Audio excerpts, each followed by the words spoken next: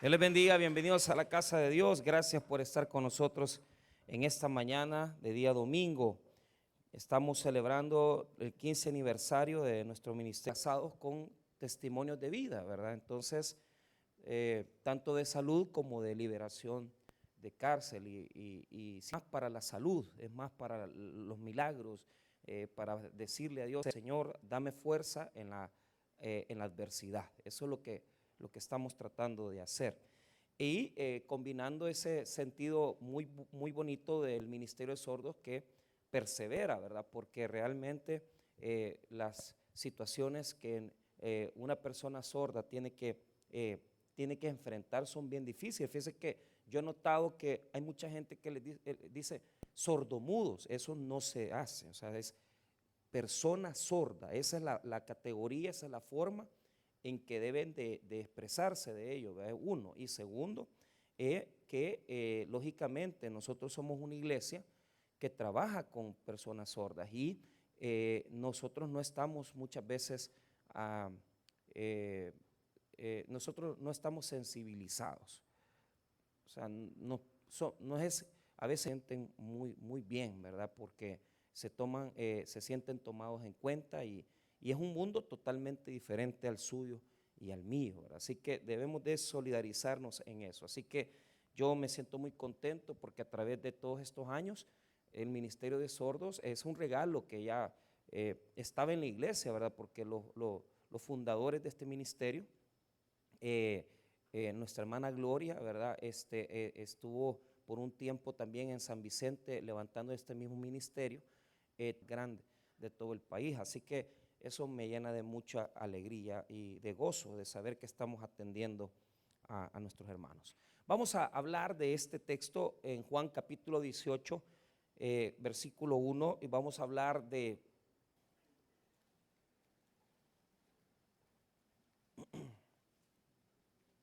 Juan 18, 1, versículos rapidito para poder fortalecer también nuestra fe. 18:1.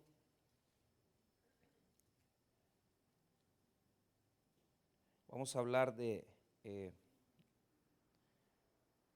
mensaje, la hora de la noche.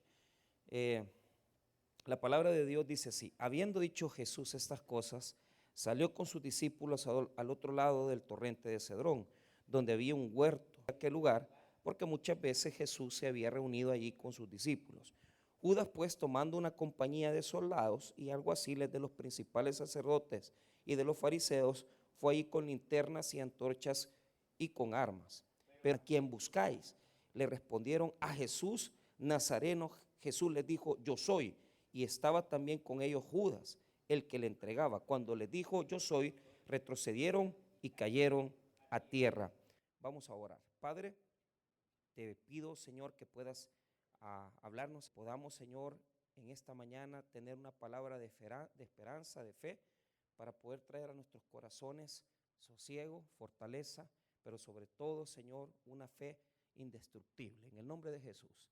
Amén y amén. Pueden tomar asiento. Comienza en el capítulo 13. Comienza en el capítulo 13 y va a terminar en, si no mal recuerdo, en el capítulo 20. No es que lo estoy recordando, lo estoy leyendo, ¿verdad? Entonces, ¿qué implica la hora de la noche? Implica un proceso en el cual Jesús va a pasar los acontecimientos más duros que van a implicar, diga conmigo, la pasión.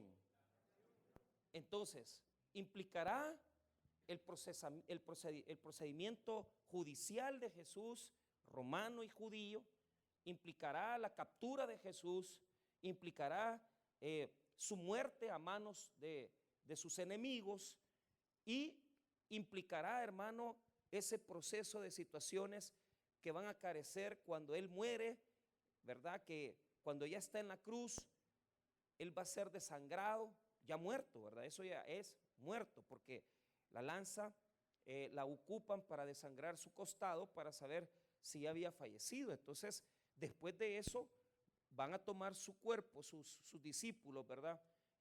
Para poderlo, digamos, enterrar. Ahí va a estar implicado José de Arimatea, ahí va a estar, ¿cómo se llama? Implicado personajes tales que van a permitir que la muerte, digamos, la sepultura de Jesús sea algo muy, muy bello dentro del evangelio, porque van a tomar su cuerpo y van a tomar un sepulcro nuevo y van a preparar su cuerpo ahí para que repose hasta que en el capítulo 20 viene, diga conmigo, el amanecer. Entonces, todos nosotros pasamos por procesos de muerte, pasamos por procesos de oscuridad. En la vida vamos a tener que experimentar los procesos de angustia. Cuando yo llegué hace años, ¿verdad?, a Jerusalén, yo quedé enamorado de un museo. El museo se llama el Museo del Yad Vashem, que es el museo, diga conmigo, nunca jamás. Eso significa Yad Vashem, nunca jamás. Porque en ese museo aparecen todos los relatos, las fotos y todos los procesos del holocausto judío, de cómo Hitler asesinó a más de 3 millones de judíos, ¿verdad? En ese lugar. Mucho dolor, porque usted llega, hermano, y entra al museo, y el museo es en forma de túnel. Entonces, los arquitectos que crearon el museo diseñaron con una ingeniería, ¿verdad?, el hecho que usted entra por esta puerta, y fíjese cómo está diseñado. Usted ve la salida, pero la ve hasta el fondo, o sea, ve la luz por allá, al fondo. Y a usted le toca ir entrando por una cantidad de salones donde usted va viendo el proceso del holocausto, los muertos del holocausto, y termina, hermano, en una gran exhibición donde están las fotos de niños, donde están las fotos de adultos y con unas candelas, ¿verdad?, que significa, hermano, esperanza, ¿verdad? Pero lo trascendental del museo es que cuando usted entra al último salón, usted sale a la luz, ¿verdad? Usted sale ya al resplandor de la luz que está de día afuera. Entonces, ¿qué significa eso? Todos nosotros entramos en túneles de oscuridad. Y esos túneles de oscuridad tienen salones, escenarios, situaciones de vida. Pero tenemos que entender que al final de ese proceso de dolor está la luz. Ahora, ¿qué promesas Dios ha dado para nuestros momentos de dolor? ¿Qué promesas Dios ha dado para nuestros momentos de sufrimiento? Esa es la pregunta que nos vamos a plantear. Y para poderlo hacer, para poder responder a ese proceso, vamos a tener que revisar el capítulo 18. Ahora, vamos a ver puntos teológicos y vamos a ver después puntos prácticos. Muy bien. En primer lugar, el proceso del Evangelio de Juan de captura de Jesús no es igual al de los demás evangelios. Los demás evangelios lo presentan muy distinto, principalmente por varias cosas. En primer lugar, los evangelios, Mateo, Marcos, Lucas, bueno, para comenzar, ¿verdad?, hay 4 evangelios, Mateo, Marcos, Lucas y Juan. De los 4, 3 se les llama sinópticos y el evangelio de Juan es diferente. Por eso es que no, sinóptico quiere decir que usted puede ponerlo a la par. Mateo, Marcos y Lucas se ponen a la par y usted ve que tienen similitudes. Ahora, Juan no es así, no se parece a los evangelios de Mateo, Marcos y Lucas. Entonces, veamos primero las diferencias que encontramos entre los evangelios de sinópticos y Juan. En primer lugar, usted aquí no va a encontrar a un Judas besando a Jesús. No lo va a encontrar. En los demás evangelios dice que la manera en que el traidor entregó a Jesús es besándolo, ¿verdad? Pero Juan dice que no es así. O sea, Juan lo presenta de otra manera distinta a Judas. No quiere presentarlo como quien lo besa, porque en los sinópticos la señal de mayor hipocresía es besar a alguien sabiendo que lo estás entregando, que lo estás traicionando. La palabra traición viene del latín tradere, que significa vender a una persona, vender su cabeza, ¿verdad? ¿Por qué? Porque la persona ha confiado en ti, te ha dado a ti información, su corazón, ¿y qué has hecho tú? Lo has vendido. Entonces, en el Evangelio de Juan no hay beso de Judas. Eso es esencial. Número 2, en los Evangelios de Mateo, Marcos y Lucas, diga conmigo, está el Getsemaní, diga conmigo el Getsemaní. Entonces, ¿qué es el Getsemaní? Getsemaní es un jardincito, un jardín. Así se le llamaba. Getsemaní en hebreo quiere decir machacar la oliva. Diga conmigo, machacar la oliva. Entonces, los procesos de dolor tienen que ver con oscuridad y tienen que ver con procesamiento del carácter. Donde Dios te machaca, donde Dios te aprieta, donde Dios saca de nosotros la escoria, pero también saca lo mejor de nosotros. O sea, al mismo tiempo que Dios va quitando basura de nuestra vida, Él va sacando espiritualidad para glorificarse. Entonces, los demás evangelios dicen que fue a Getsemaní. Juan no dice eso, dice que fue un jardincito. ¿Por qué? Porque en el monte de los olivos, yo estuve también ahí, hay árboles antiguos y son de olivas. Entonces, a usted le dicen, este árbol es mentira, porque ellos son buenos para eso, pero algunos piensan que hasta en uno de esos fue donde Jesús estuvo ahí, pero es mentira. Esos palos tendrán que unos 100. Dicen que hay uno ahí que es antiguo, pero no tiene 2000 años, porque para que estuviera ahí tendría que haber tenido 2000 años el árbol de oliva. Pero ¿cuál es el punto? ¿Cuál es el punto? Los olivos, los árboles, son el escenario donde vamos a ser procesados, igual que las olivas que se ocupan para hacer aceite. Ahí es el escenario. Entonces, en el monte de los olivos, que tiene árboles de olivo, está un jardín llamado Getsemaní, el lugar de donde se machaca la oliva. Entonces, Juan no dice lo que pasó ahí, solo dice Mateo, Marcos y Lucas. Entonces, Juan no nos explica eso, sino que lo pasa por alto. Entonces, y uno dice, oye, ¿qué pasa aquí? Pues, ¿por qué? Porque este tipo, Juan, o sea, bueno, hablemos un poquito de dataciones, ¿verdad? Bueno, Marcos, ya ahora algunos dicen que se escribió en el 60. Antes, cuando yo estudié teología, dijeron 50, 45, hoy 60 lo están datando. Mateo lo datan como en el 70 después de Cristo, despuesito de 75 por ahí.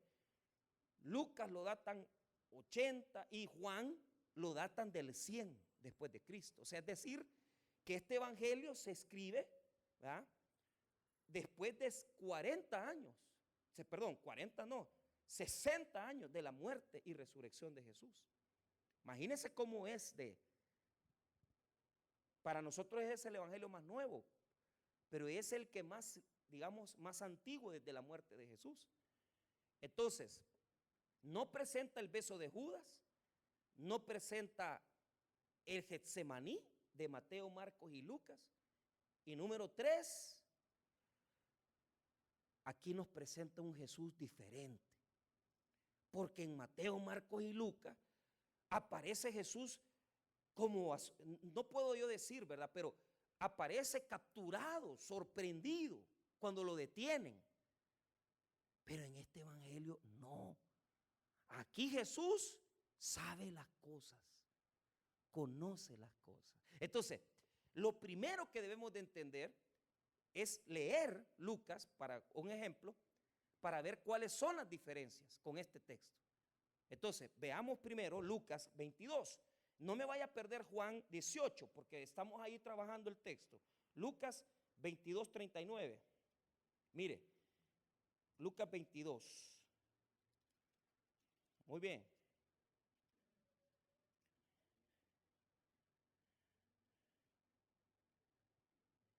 Esto no aparece en Juan. Ahí están detalles. 39, mira lo que dice. Y saliendo, se fue como solía al monte de los olivos. Y sus discípulos también le siguieron. O sea, ponga atención. Se fue al monte de los olivos. Ahora, Lucas no le dice el nombre hebreo, ¿verdad? Lugar, sino que dice el monte de los olivos. Ahora, note esto, ponga atención. Están en Getsemaní, porque el que le pone Getsemaní es Mateo, es el que le da su nombre en hebreo, el lugar donde machacan las uvas, pero las olivas. Pero quiero que entienda, el monte de los olivos es donde están los árboles. En el monte de los olivos hay un jardín llamado, ahí a ese jardincito se le llama el Getsemaní. Y ahí es donde Jesús iba a orar, donde él pasaba sus procesos de oración. Entonces, Jesús comúnmente iba a ese jardín. Nosotros suponemos que alguien le prestaba las llaves de los cercos para que él entrara a orar, porque era un lugar solitario, un lugar oscuro. Entonces, ahí oraba Jesús. ¿Y qué pasó? Como Judas conoce las costumbres de Jesús, donde él va a orar, donde él está con sus discípulos, es por eso que Judas fácilmente lo encuentra. Ahora, quiero que note lo que dice Lucas en ese lugar, lo que pasó. Mire lo que dice el versículo 40. Cuando llegó a aquel lugar, les dijo, orad que no entréis en tentación. 41. Y él se apartó de ellos a distancia como de un tiro de piedra y puesto de rodillas oró, diciendo, Padre, si quieres pasa de mí esta copa, pero no sea mi voluntad sino la tuya. Y se le apareció un ángel del cielo para fortalecerle. Y estando en agonía, oraba más intensamente y era su sudor como grandes gotas de sangre que caían hasta la tierra. Cuando se levantó de la oración y vino a Jesús, vino a sus discípulos, los halló durmiendo a causa de la tristeza. Y les dijo, ¿por qué dormís? Levantaos y orad, para que no entréis en tentación. Lea conmigo el 47. Mientras él aún hablaba, se presentó una turba y el que se llamaba Judas, uno de los 12, iba al frente de ellos y se acercó hasta Jesús para besarle. Entonces Jesús le dijo, Judas, con un beso entregas al Hijo del Hombre. Viendo los que estaban con él lo que había de acontecer, le dijeron, Señor, heriremos a espada. Y uno de ellos hirió a su siervo, al siervo del sumo sacerdote, y le cortó la oreja derecha. Hasta ahí vamos a leer. ¿Qué ve usted ahí? Yo veo ahí agonía, dolor, tristeza, pero sobre todo cuando lo capturan, yo sé que Jesús sabía que él iba a morir. Pero Judas se acerca, lo besa, y usted puede notar en el 47 como cierta sorpresa, ¿verdad? Como que Judas con un beso entregas, ¿verdad?, al Hijo del Hombre. O sea, traicionar a la persona con la que convives.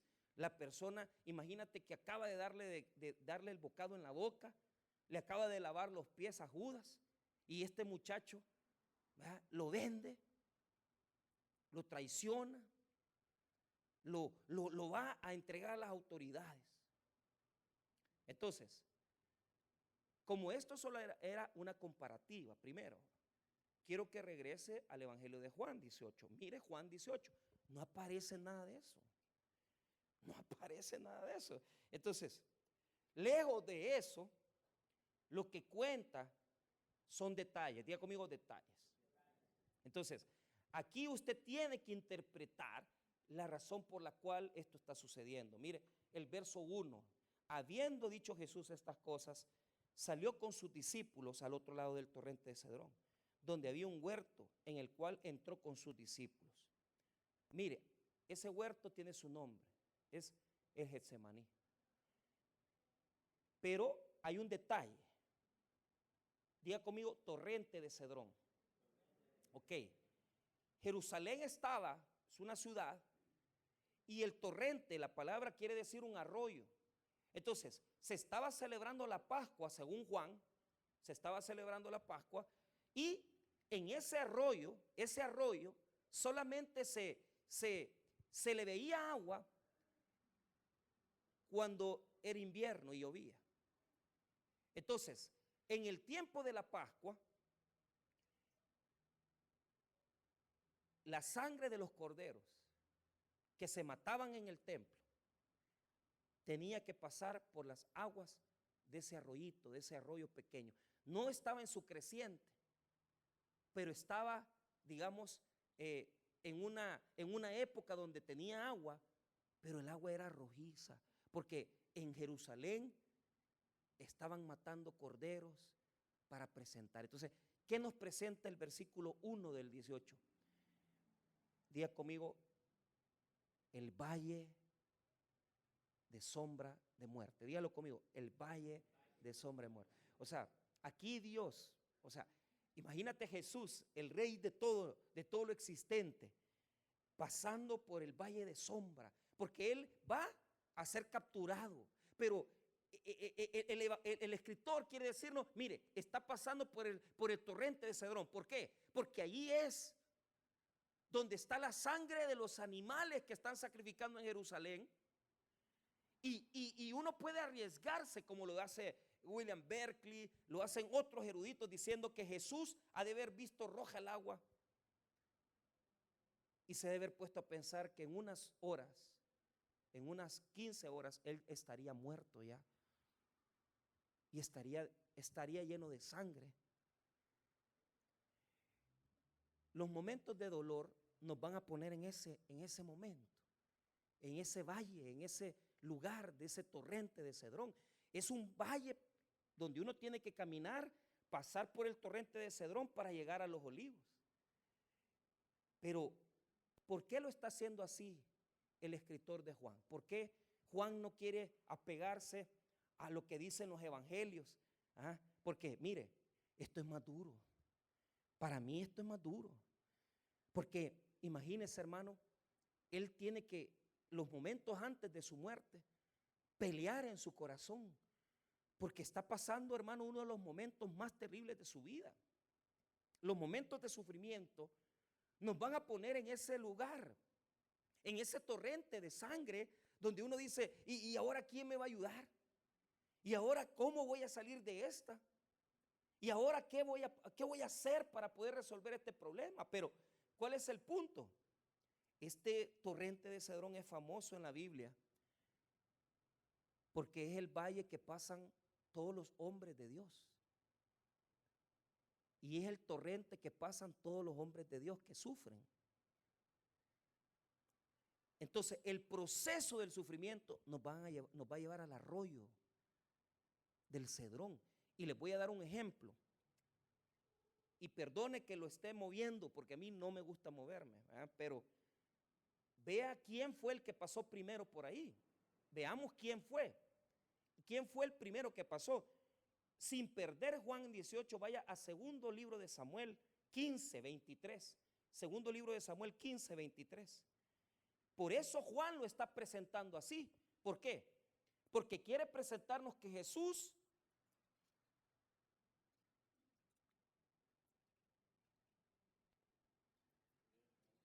segundo libro de Samuel 15, 23. Mire quién fue el que salió por ese lugar. El rey David, correcto. Segundo libro de Samuel 15, 23. Y todo el país lloró en alta voz. Pasó luego toda la gente el torrente ¿de qué? De Cedrón.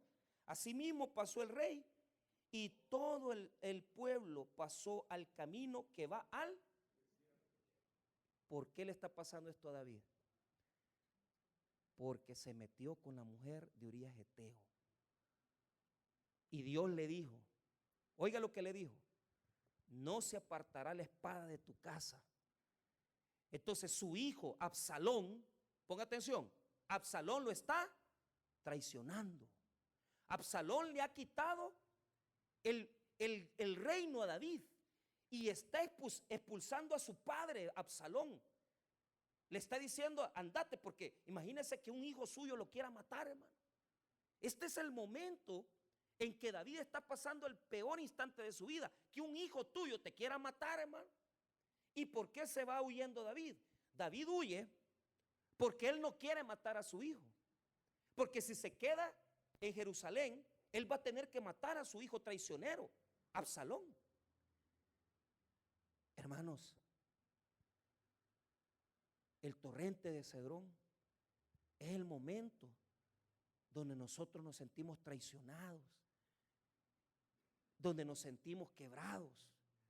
Mire, hay personas que sus hijos los decepcionan, hay personas que tienen que pasar por situaciones de salud, pero ¿cuál es el punto? Por sus propias regadas, por sus propias malas decisiones, está pasando usted por ese valle de sombra, de oscuridad. Y mire, una de las características de ese lugar, del torrente de Cedrón, que es el río, el pequeño arroyo de sangre que es oscuro, porque Cedrón significa eso, significa oscuridad.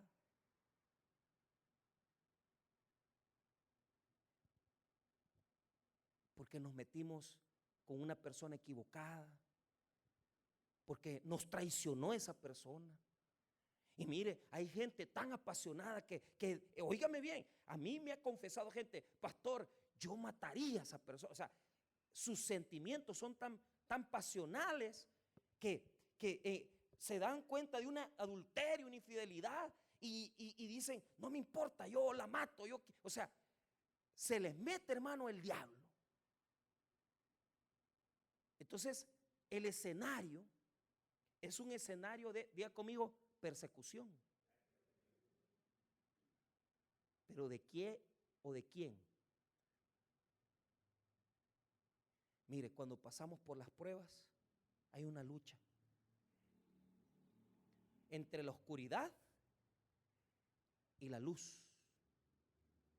Entonces, el momento en que Juan está presentando a Jesús caminando en el Cedrón es donde el hombre está en oscuridad y luz. ¿Qué hago? ¿Dejo a mi mujer?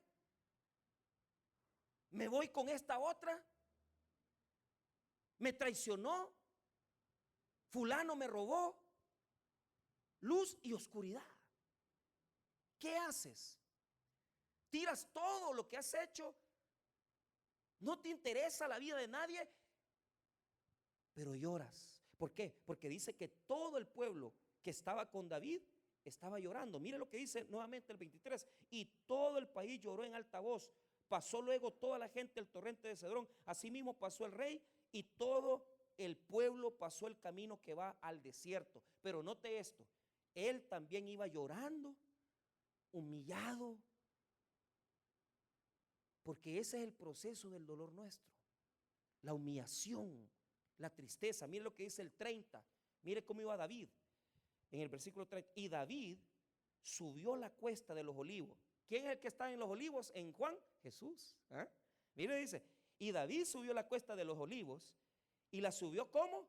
Llorando, llevando la cabeza cubierta y los pies descalzos. También todo el pueblo que tenía consigo cubrió cada uno su cabeza e iban llorando mientras. Son momentos de llorar. David iba descalzo de la humillación porque él se sentía que el mundo se le desmoronaba.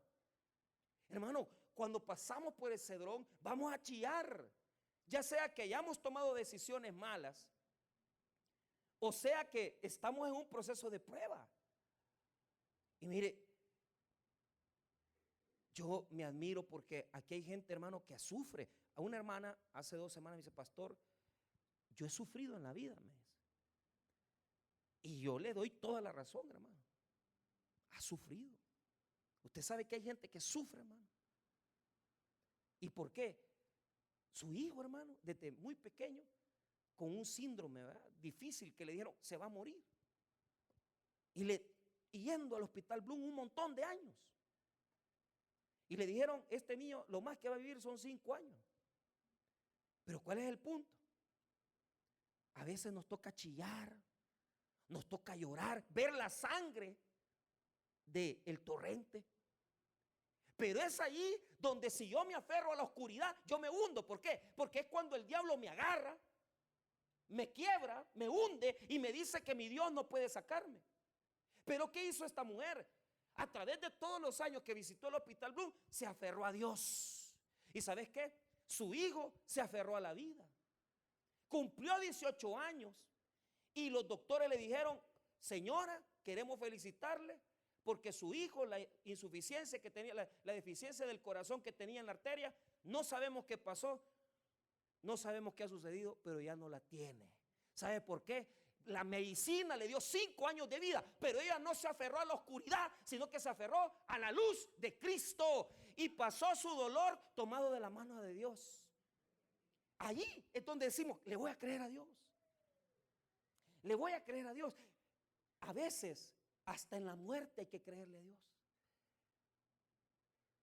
El muchacho cumplió 18 años, pero eso no es nada.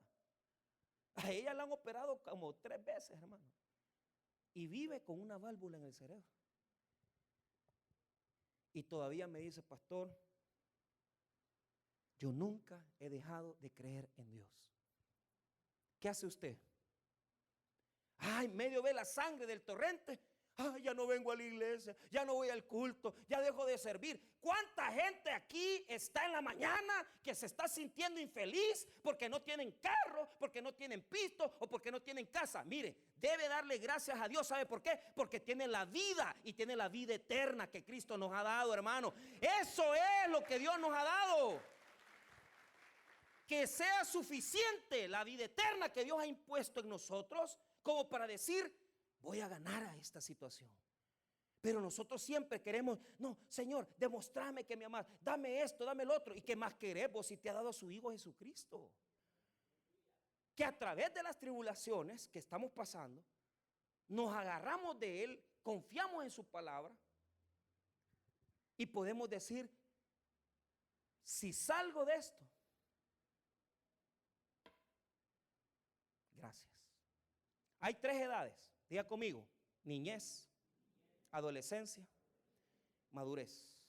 Vaya, toda persona va a pasar por un proceso: niñez, adolescencia y madurez. ¿Cuál es la característica de la niñez? Ay, Señor, ¿y por qué me haces esto? ¿Y por qué esto, Señor? Me has chocado el carro, me han robado esto. Ey, cálmate, hombre. ¿Qué pasó cuando Jeremías, Dios le dijo: te he escogido desde el vientre de tu madre? Dijo: soy un niñito, yo no puedo ni hablar. Así están muchos aquí. Recién vienen a la iglesia. Un culto es lo que tienen. ¿Y cómo van a salir adelante con un culto ustedes? Y tienen los grandes problemas que tienen. Y con un culto le quieren hacer frente a las fuerzas de la oscuridad. Mire, si lo están reventando, agárrese de la mano de Dios, véngase a la iglesia y adore más a Cristo, porque ahí está la salida de su problema.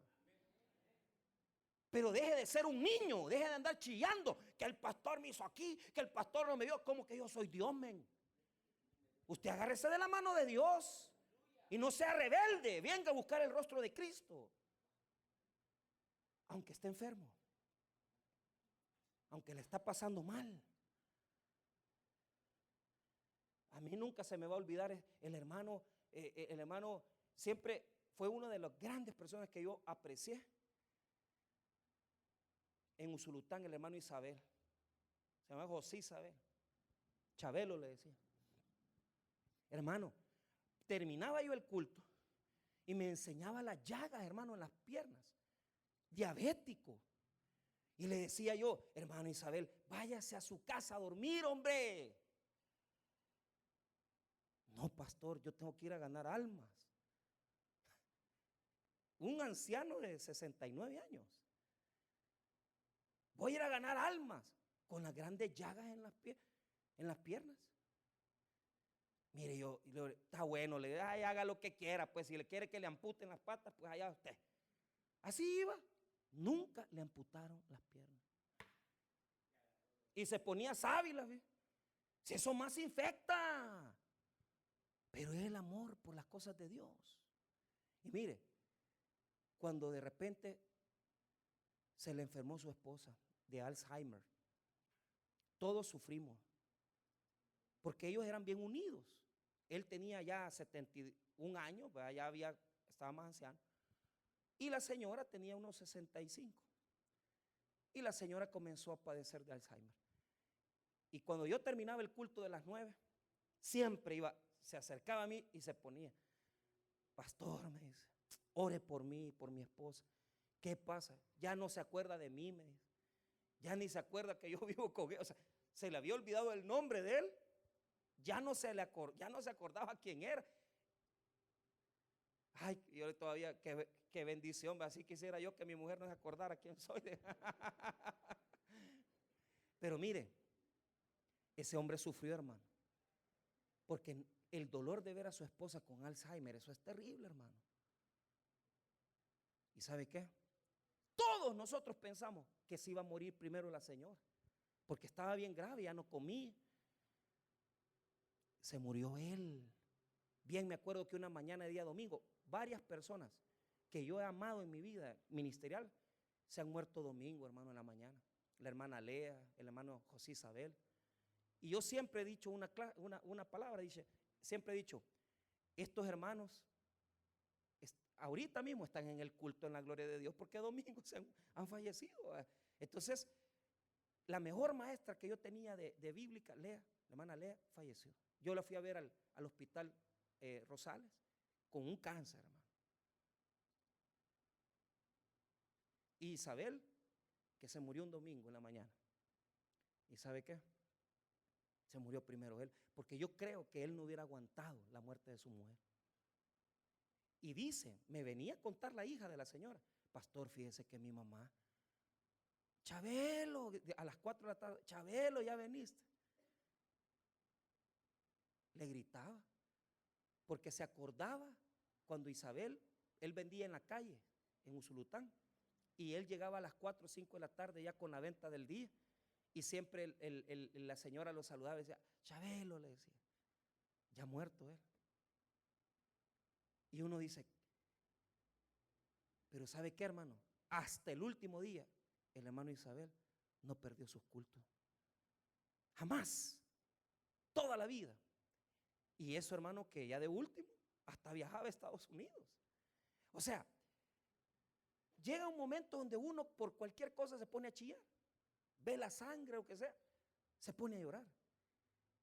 Pero después llega la autoridad, la adolescencia, donde ya uno ya tiene, hermano, cierto conocimiento de Dios. Y entonces ya uno ya hasta habla del evangelio, predica del evangelio, le dice a los amigos del evangelio. Pero ¿sabe qué es lo que yo quiero decir? Que la última etapa, la madurez, ¿sabe qué es? Cuando ya nos puede pasar cualquier cosa y nosotros no nos movemos del evangelio, hermanos. Y yo anhelo que ustedes lleguen a la madurez, no se queden como niños chillones, que mire, pastor, me echaron aquí, ya no voy a venir a la iglesia. No se queden ahí, vayan a la madurez hasta que estén firmes en el evangelio. Que sea, hermano, que tengamos o no tengamos, nosotros amamos a Dios y estamos firmes en su palabra. Estamos firmes. ¿Qué pasó con David? Se puso a llorar.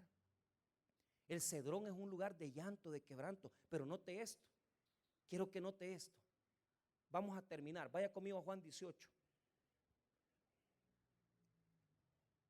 Mire lo que dice. Mire ese versículo tan sencillo que se vea. Y mire cómo le hemos sacado. El torrente Cedrón es un lugar de sangre. Es un lugar de oscuridad y de luz. Y es un lugar de llanto. Amén, hermanos. Ok, pero note. Volvamos a leer el 1 para que veamos. Habiendo dicho Jesús estas cosas, salió con sus discípulos al otro lado del torrente de Cedrón, donde había un huerto en el cual entró con sus discípulos. Entonces, ¿qué está presentando ahí? Que Jesús tenía una lucha espiritual. Ahora ya usted sabe qué es el torrente Cedrón. Ahora, vea el versículo 2, mire lo que dice. Y también Judas, el que le entregaba, conocía aquel lugar, porque muchas veces Jesús se había reunido ahí con sus discípulos. Entonces, mire cómo viene la fuerza de la oscuridad. Judas representa la fuerza de la oscuridad, Porque Judas está en la noche, está en la oscuridad. Él salió a la oscuridad. Desde que se apartó de Cristo, entró en la oscuridad. Y yo me pregunto, ¿cuántas personas en esta mañana aquí están en oscuridad? Porque no conocen a Jesús y porque no tienen esperanza, porque están oyendo el sermón y dicen, ay, ya quisiera salir de mis problemas, y se sienten todos, mire hermano, óigame bien, salga de la oscuridad. ¿Cuándo entró Judas a la oscuridad? Cuando el demonio entró en él. ¿Quiere saber en qué momento? Al principio de la cena. Mire lo que dice Juan 13. Juan 13, vaya atrás, Juan 13. 13, 29. Mire. Porque algunos pensaban, puesto que Judas tenía la bolsa, que Jesús le decía, compra lo que necesitamos para la fiesta, o que diese algo a los pobres. Cuando él pues hubo tomado el bocado, luego salió y era de noche. Y era de noche. Pero note esto, ahí entró en la oscuridad. Pero antes de entrar en la oscuridad, mire lo que dice el versículo 27. Y después del bocado, Satanás entró en él. Entonces Jesús le dijo, lo que has de hacer, hazlo más pronto. ¿Qué quiere decir? Que Judas representa las fuerzas de la oscuridad. Y yo digo eso, hermano. ¿Cuántos aquí están en desesperanza, tristeza? Y dicen, no, yo quizás no voy a salir de esto. Pero hermano, usted tiene que estar estable. Usted tiene que estar diciéndole a Dios, Señor, gracias. Tal vez no me estoy yendo bien, pero te conozco a ti, te tengo a ti, te amo. O sea, usted puede estar en luz o en oscuridad. ¿En dónde está usted? ¿Está en la desesperanza o está en la esperanza? Entonces vea conmigo Juan 18 y ahí se va a dar cuenta qué bonito cómo se presenta. Aparece Judas en el verso 2, 18:2. Ahora vea el verso 3. Mire, Judas pues, tomando una compañía de soldados y alguaciles de los principales sacerdotes y de los fariseos, fue ahí con linternas y antorchas y con armas. No aparece que lo fue a besar, sino que aparece que está en la oscuridad y tiene lámparas. Óigame bien. La palabra que dice ahí, tomando una compañía de soldados, la palabra griega, esperia, quiere decir, diga conmigo, legión. Y en la Biblia, la palabra legión se ocupa para demonios y se ocupa para soldados. ¿Por qué cree usted que está presentando a Judas aquí el evangelio así? Porque el momento de la crisis es un momento donde si usted deja que se apoderen la maldad, la tristeza, la depresión. Mire, hay mucha gente que sufre de depresión y esos demonios los persiguen. Hay gente que dice, pastor, yo he pensado en quitarme la vida. Es que el problema de pasar por el Cedrón no es tanto, hermano, que Judas nos persigue, es que Satanás nos persigue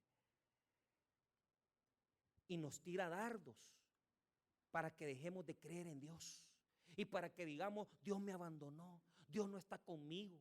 Pero ¿qué sucede? La maldad viene con antorchas. Amén, hermanos. ¿Con qué viene la maldad? Con antorchas. ¿Por qué? Porque son dardos del enemigo que se nos meten en la cabeza. Mi mujer me fue infiel. No me va a salir el trabajo.